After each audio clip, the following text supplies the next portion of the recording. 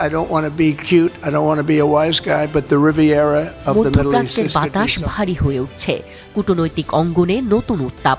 ইসরায়েলের সঙ্গে সম্পর্ক স্বাভাবিক করার গুঞ্জন চলছিল দীর্ঘদিন ধরে, কিন্তু এবার সৌদি আরব স্পষ্ট জানিয়ে দিল, স্বাধীন ফিলিস্তিন রাষ্ট্র প্রতিষ্ঠা না হওয়া পর্যন্ত ইসরায়েলের সঙ্গে কোনো সম্পর্ক স্থাপন করবে না। মার্কিন প্রেসিডেন্ট ডোনাল্ড ট্রাম্প সম্প্রতি প্রস্তাব করেছেন, ফিলিস্তিনিদের অন্যত্র পুনর্বাসনের পর যুক্তরাষ্ট্র গাজা উপত্যকার নিয়ন্ত্রণ নেবে এবং সেখানে অর্থনৈতিক উন্নয়ন করবে। সৌদি আরব এই প্রস্তাবের তীব্র বিরোধিতা করে জানিয়েছে, ফিলিস্তিনিদের তাদের ভূমি থেকে সরিয়ে নেওয়ার কোনো প্রচেষ্টা মেনে নেওয়া হবে না। ট্রাম্পের প্রস্তাবের পরিপ্রেক্ষিতে আরব বিশ্বে ক্ষোভের সৃষ্টি হয়েছে। সৌদি আরব, মিশর, জর্ডান সহ প্রধান আরব দেশগুলো এই প্রস্তাবের বিরোধিতা করেছে এবং ফিলিস্তিনিদের অধিকার রক্ষার পক্ষে অবস্থান নিয়েছে। ইসরায়েলের প্রধানমন্ত্রী বেনিয়ামিন নেতানিয়াহু সৌদি আরবের সঙ্গে সম্পর্ক স্বাভাবিক করার প্রচেষ্টা চালিয়ে যাচ্ছেন।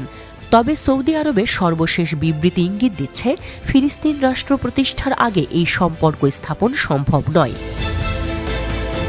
কি হবে এর পরিণতি? মার্কিন মধ্যস্থতায় সৌদি ইসরায়েল সম্পর্ক স্বাভাবিক করার প্রচেষ্টা বাধাগ্রস্ত হবে। মধ্যপ্রাচ্যে কূটনৈতিক উত্তেজনা বৃদ্ধি পাবে। ফিলিস্তিন সংকটের সমাধানে নতুন করে আলোচনা শুরু হতে পারে।